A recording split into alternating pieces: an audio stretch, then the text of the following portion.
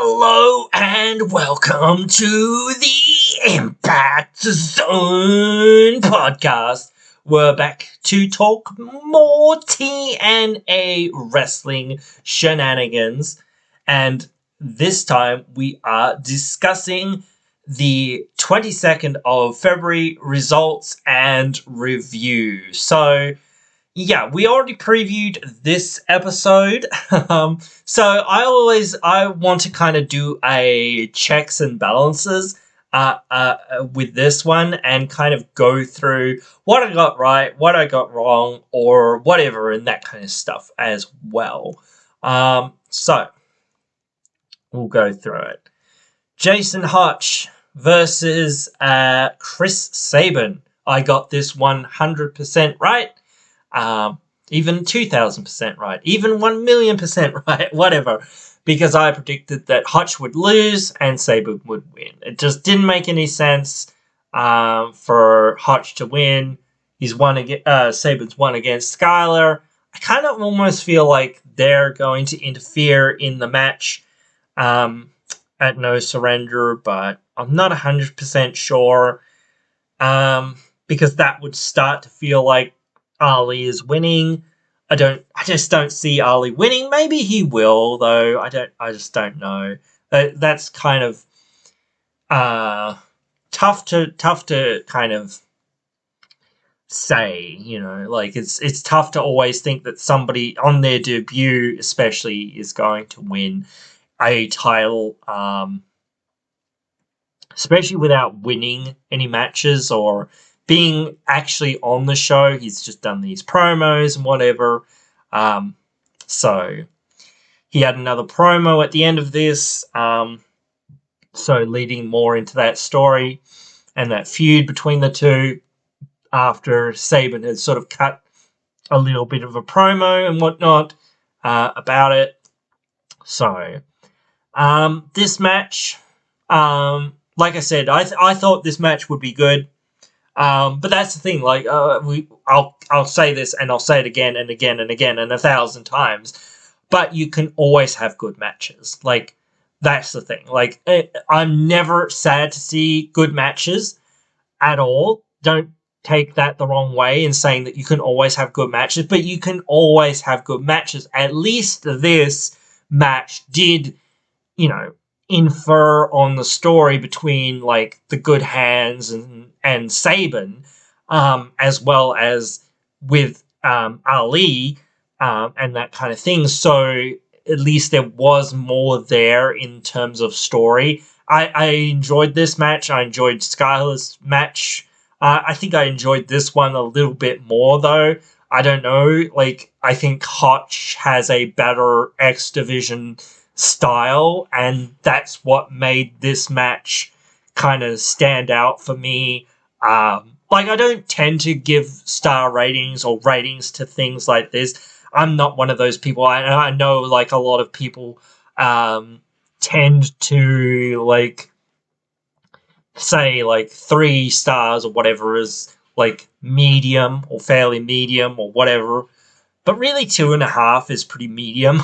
3 stars is a bit above average or whatever, and things like that. But like a 5-star system is pretty bad, honestly, because it's pretty hard to like cut the borders between, you know, really bad and really good. So like I don't really want to use a system like that, but then you've kind of got to use a 10-star system, and I just don't want to do that either, because then it's still a bit lopsided sometimes or whatever. But I will say that this was like a very good opening match on the card, and like I say, you can see like if you've watched the show, like you've seen this stuff. But if you want to see the highlights, you can like see some of the highlights and the promo that happened after it as well. And this part here where Santino Marella came to interrupt the system, I thought that this was pretty good, because it set the table a little bit more for the match upcoming. And I've already talked a little bit about like my thoughts on the way that they have set this up and why they've kind of like, well, not why, but like why this will matter, and that and how it will play into what's going on, because he said that if anyone, the corner men, corner people, whatever, get involved with the other team's participant in the match, that their man will be disqualified. If Moose loses, he will lose the title to Shelley, but yeah, I don't see that happening. I feel like, I think I already said this on the thing about the upcoming No Surrender. So yeah, but again, this will play into the match that they're going to have, because I felt like, how are you going to tell that story between these guys and get, Kushida or Knight to actually throw in the towel? I don't think that's going to happen. I just didn't think it was going to happen. It didn't really make any sense for it to happen either way. So the idea that one side will get disqualified if their men get involved in the match seems a whole lot more feasible and a whole lot more like what will probably happen, because again, that kind of feeds into the match that we're going to talk about a little bit later, but I'll get more into that down the road and whatnot. Simon Gotch in action, taking on Jack Price.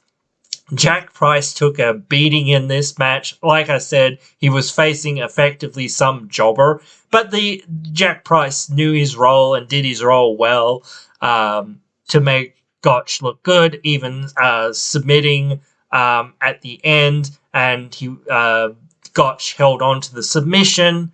Oh, did he win?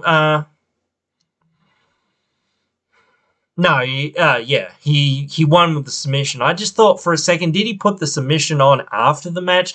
No, but he held on to the submission after the match, or after the bell had rung, and Josh Alexander got in the ring to go face to face with Gotch, which felt like, oh, how are they going to get out of this situation? Because they're not meant to touch or not meant to kind of do anything. But yeah, like, I think it was okay the way they separated. Like, the match wasn't that amazing. It's a squash match. What do you want?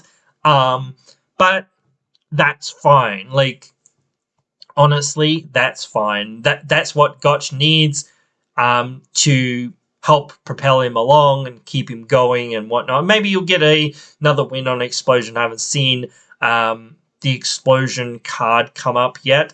Also, before I go too much further, do you guys want me to see me do the Explosion reviews or previews and that kind of thing as well? Let me know, because I will do them as well. It's a lot of work just to do these on a weekly basis from not doing anything, because, like I said, I've just been a little bit annoyed with the podcasting and only being able to do like 2 hours worth of stuff.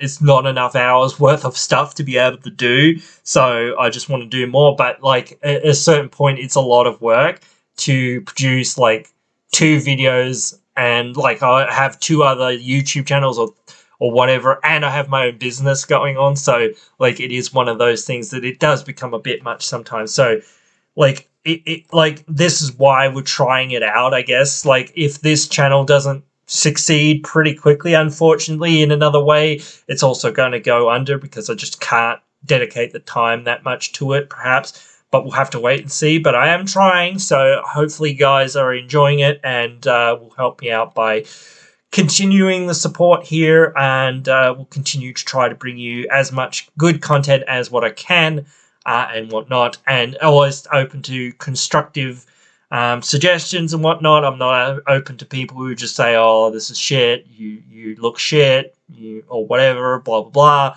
all that kind of stuff. So I'm only open to people who are actually going to try to help grow the channel and whatnot. Anyway, Grizzled Young Vets had a promo. Almost felt like ABC needed to interrupt this promo somewhere at some point, but they didn't. So I feel like that's a little bit of a missed opportunity, but whatever. They promoted the match between PCO and Khan for No Surrender. So, yep, that was kind of cool. Their video package. I'm probably pretty sure they're going to use it at No Surrender. So we'll see it again, probably at least a couple times, or at least once. So yeah, we'll certainly see that graphic a few times, or at least see the commentators mention it a few times and talk about it at some points. Anyway, Steve Macklin versus Trent Seven. This was hard hitting, bro. Like, I think, besides like the main event, this was probably the match of the night for me. These two guys they're very talented wrestlers and have been around the block for a while. I think Seven's been around for like maybe 20 years ish, maybe. I don't know. I'm not too sure. He's been around for a fair while, but Macklin's been around for like 10 years as well. Like, so they're both like heavy veterans that kind of know what they're at. This, like, if I was to say that this was like the best match on the show besides the 6-man tag, I think that's where I want to be. Like, definitely. If I was to give it stars, I'd probably give it like 4 or 4.5 or something like that. Out of 5. Like, it wasn't the best match of all time ever or at all, but just like the storytelling. For me, that's always the key aspect of wrestling matches is the story, whether it feels like, you invest and you feel like, damn, this guy could win, or this guy could win. Is Trent going to be able to come back? Is he going to be able to, upset Steve Macklin? Is Dolph Ziggler or Nick Nemeth, whatever you want to call him, going to come out at some point in this match? Because again, Macklin was flanked, I guess, by the Rascals, so it felt like it made sense. It's building towards No Surrender with the Rascals against Seven and Bayley, with Bayley being in Seven's corner. And Macklin won this match, not by the skin of his teeth, but sort of like in that regard, by the skin of his teeth kind of thing. It was an uphill struggle, certainly towards the end. I was very entertained by this match. I was surprised that Seven did a dive off of the top onto the outside. Like he's a big guy doing a very, athletic move. He's a very athletic guy in many ways, but just to see him do such a big move, is always it's always impressive. That's why Keith Lee's pretty impressive. But yeah, I really enjoyed this match, and I enjoyed the story building that was there in it, and that more so than perhaps the wrestling. But like the wrestling informs that, so like it's like when somebody just slams somebody or just chops people, like that doesn't really interest me per se. Like, but if you're making a comeback, like those chops and those hits and those stunning shots and whatnot, or when you're just like trying to get somebody off of you and things like that, they make sense. It's not flashy or exciting. That's what you need to do, so this was a great match. And the way like Macklin kind of won this was like, if you watch the highlights, he kind of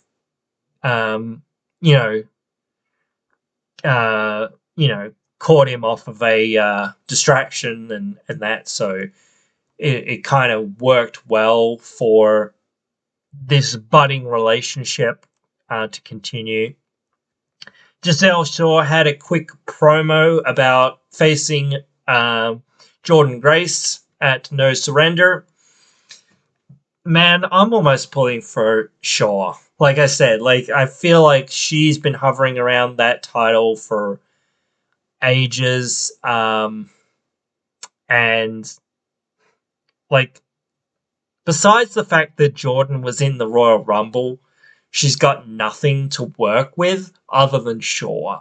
Like, maybe there's a few other women in this division, sure, but still, like, sure. But still, like, there's no real story for her to have. Like, honestly, like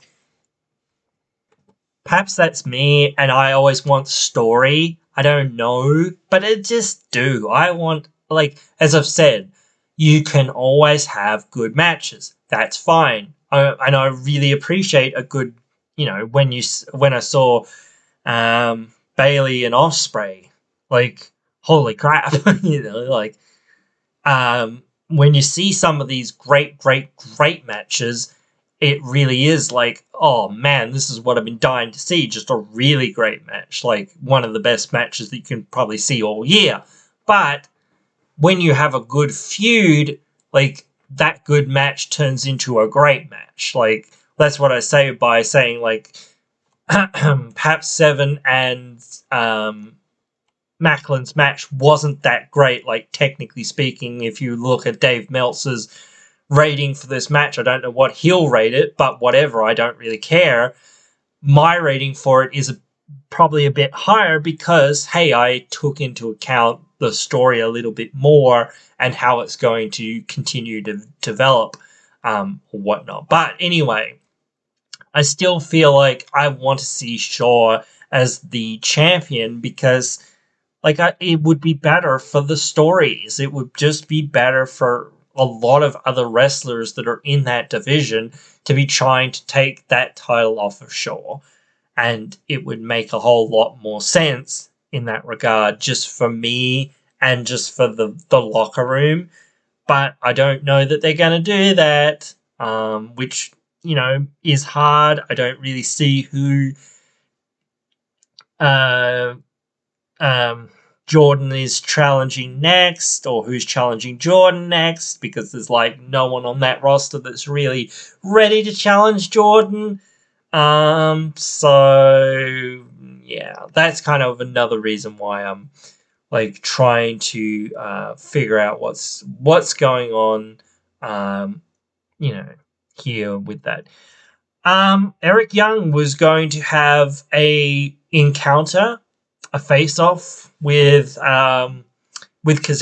Kazarian decided, oh well, it was meant to be a match, I think, of some description, but they never promoted it or anything. So I was just like going, what's going on here? Is it just like a confrontation or whatever or whatnot? It did seem like it was meant to be a match when, EY was coming out, and then they revealed that it's Damo, who was in Eric Young's Sanity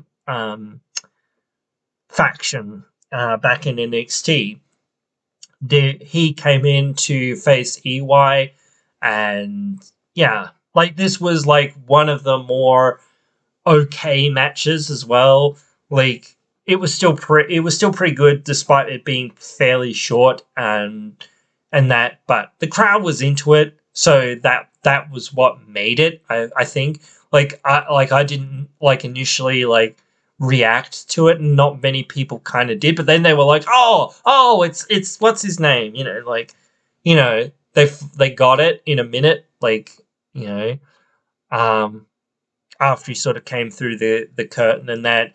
I like the whole thing, like the segment and Eric Young putting him away and that, and then going to the next thing and getting a match with Kazarian, and now it's going to be number one contenders for the title. Kazarian wants to get to the title. I don't think he's getting to it quite yet, but we'll have to wait and see.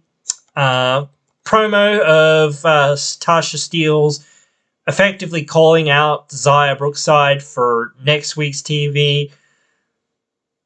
Yeah, sure, like they have a good rivalry going on. If Jordan is staying the champion, even though I don't think Tasha Steelz is like there's much value in her going up against Jordan because again we've seen it like a million times already. Like sure, whatever. At least there's somebody else challenging her or whatever. So we'll have to wait and see on that. But I just would prefer that, that it didn't go that way, because it just, again, like, I don't know. I would rather see more, like, always. I'd always rather see more things, and it seems like they're pushing Danny Luna and Jody Threat into being tag team wrestlers when they're basically two singles wrestlers, and they don't have anything a lot really in common other than they're both kind of powerhouse wrestlers. So I feel like, again, they need to, like, just bring in more female tag teams, dude. Like, I know that the whole Anthem thing might not help that currently, but that's why, again, like I keep saying, this is another thing that is really hindering TNA overall, is the tight coffers that Anthem kind of holds over TNA. Especially when they've, like, in the last few years, really bounced back really well, and they've kind of paid all their debts and only been in the green pretty much ever since. So, like, or at least in the black. So, like, and especially, like, the last pay-per-view, they were definitely in the green there, and did really good business there. So they like, going back to doing that, I have no problem with doing that. I think some people have made too much of them going back there and trying to repeat that, but they saw that it was good business in that TNA return, so they're just going back to somewhere that they know works.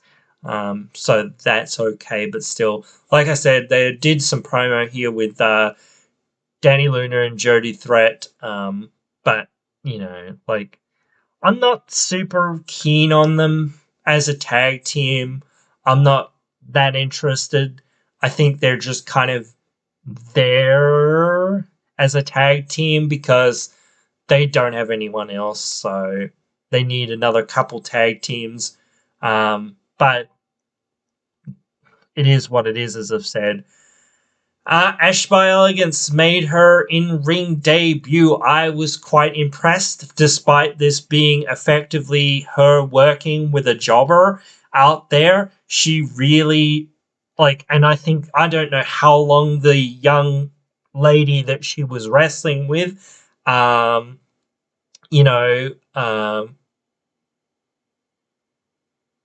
Savannah Throne.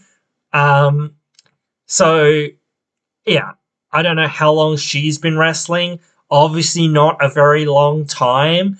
Not nearly the length of time as what Ash has been wrestling.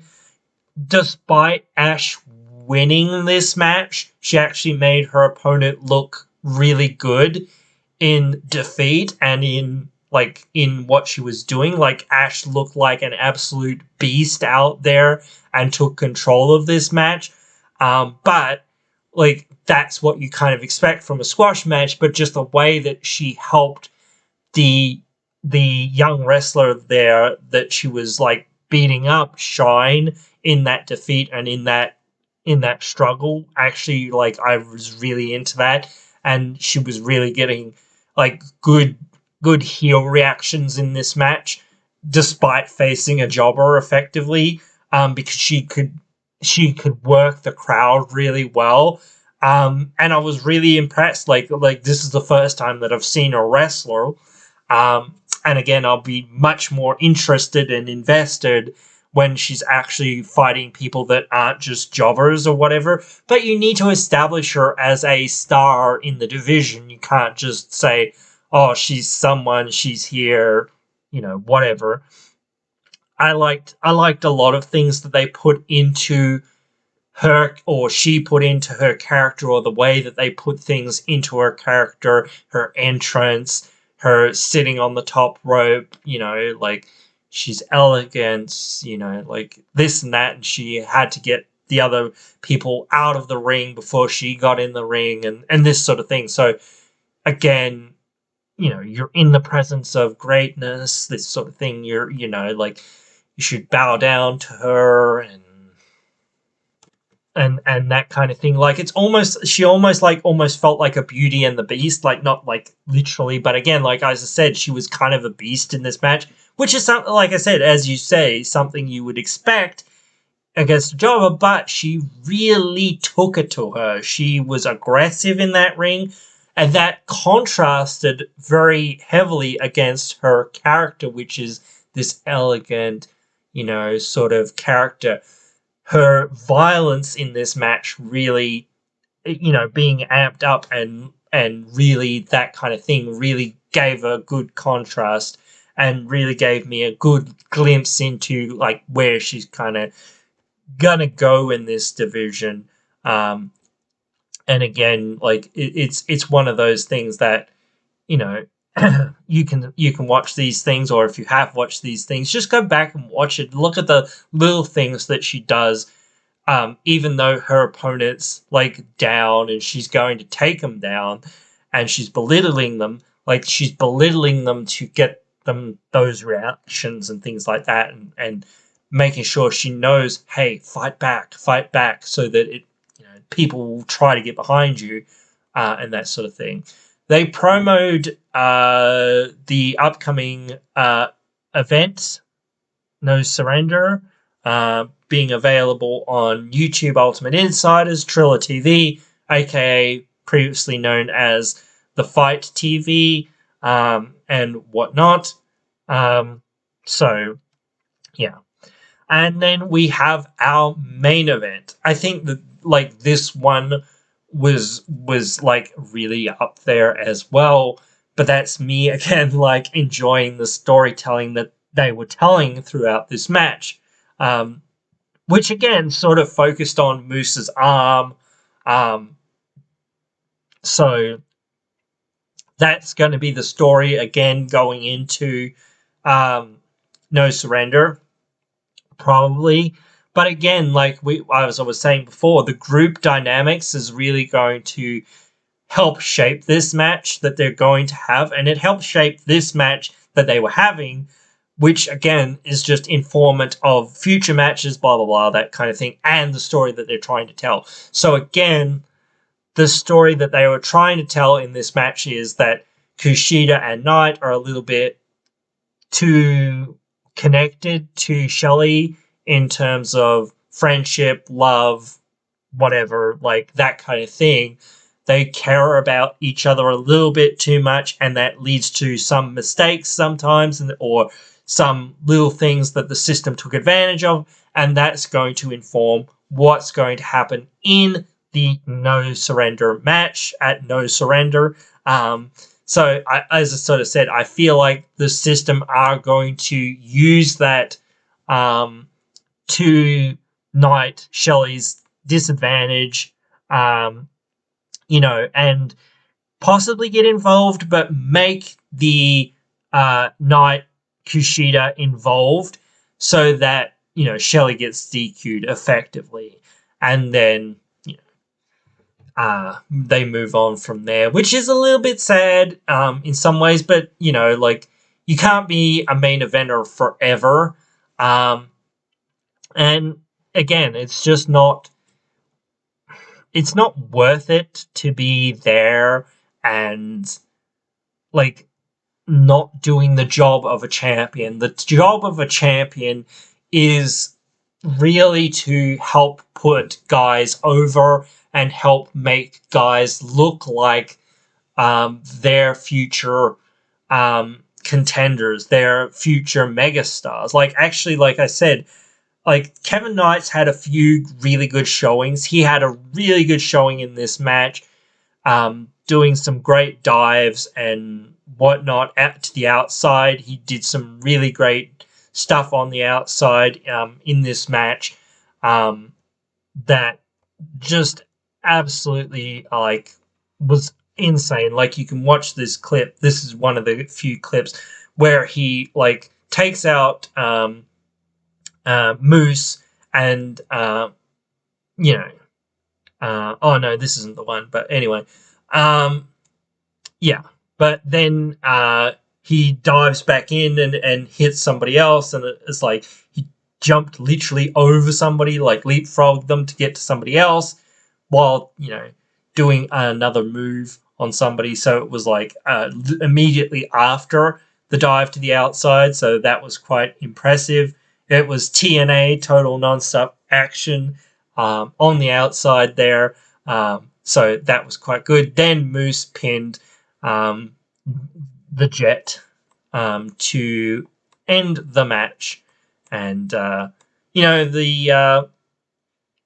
the system were looking to, beat up everybody, but the baby faces cleared the ring, and Shelley got the Body City stretch on Moose for a second or two before Myers and Edwards can pull him out, and then the show went off the air. Again, like the match was really good, certainly 4 to 4.5 stars in my opinion, or whatever, but the story being told there, just again, adding to what's going to happen in this match on its own, if you took it away from that context, yes, it's still really good in that story of what these guys are doing, but it also builds onto what's going to happen. And that's one of those things that you need to be doing. You need to not just be thinking, okay, what's my match that I'm having now? You need to be thinking, what's my match that I'm having now that's going to inform my match that I'm about to have with this person or whatever, if you're in a longer, prolonged storyline. And all of these things kind of lined up that way. So that's what I enjoyed there with this. Not just the action between the ropes per se, though the action was pretty good between the ropes, but the story of it all flowed together and will continue to flow together into the next match. So that's what you call good psychology. It doesn't just inform, what we're doing here and now. It's informing, what we're going to be doing. So that's one of those things that a lot of younger wrestlers need to kind of think about, because when you're having a program with somebody, if you're having a future match, what's the story of that match? The match of the match that they're about to have is all about quote unquote submissions or whatever, or somebody throwing in the towel for somebody effectively. So that's the main way to win that match. So that's how they've got to approach this. They've got to approach it like it's a submission match. So how are we going to get him to submit? Oh, I've got to get him in the Border City stretch, or I've got to get him in a submission. I've got to weaken that arm, I've got to weaken this, I've got to weaken that, blah, blah, blah, that kind of thing. And the system has got to kind of defend against that and, kind of, they, like I said, I ticked that box as well of them winning. So, let's go back, because I don't even think I did it for all of them, but, I know I did it for a couple of them. So the first match, yes, I got Saban correct against what's his name? Hotch. Then I got Gotch winning. So that's another tick. So that's 2. Then I got 3 from Macklin winning.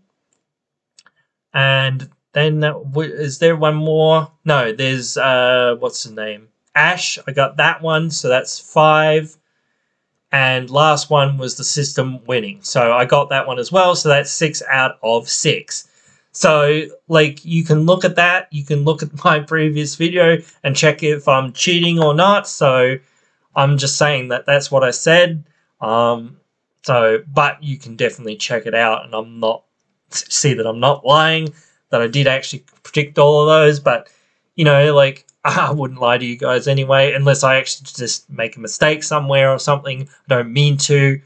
Same with No Surrender. If we go through the card and I accidentally say, oh, I got that one right or whatever, I got that one wrong, and someone says, oh, no, you got that right or wrong or whatever, then I will, own up to that, because I didn't realize it, or thought that I said this or thought that I said that.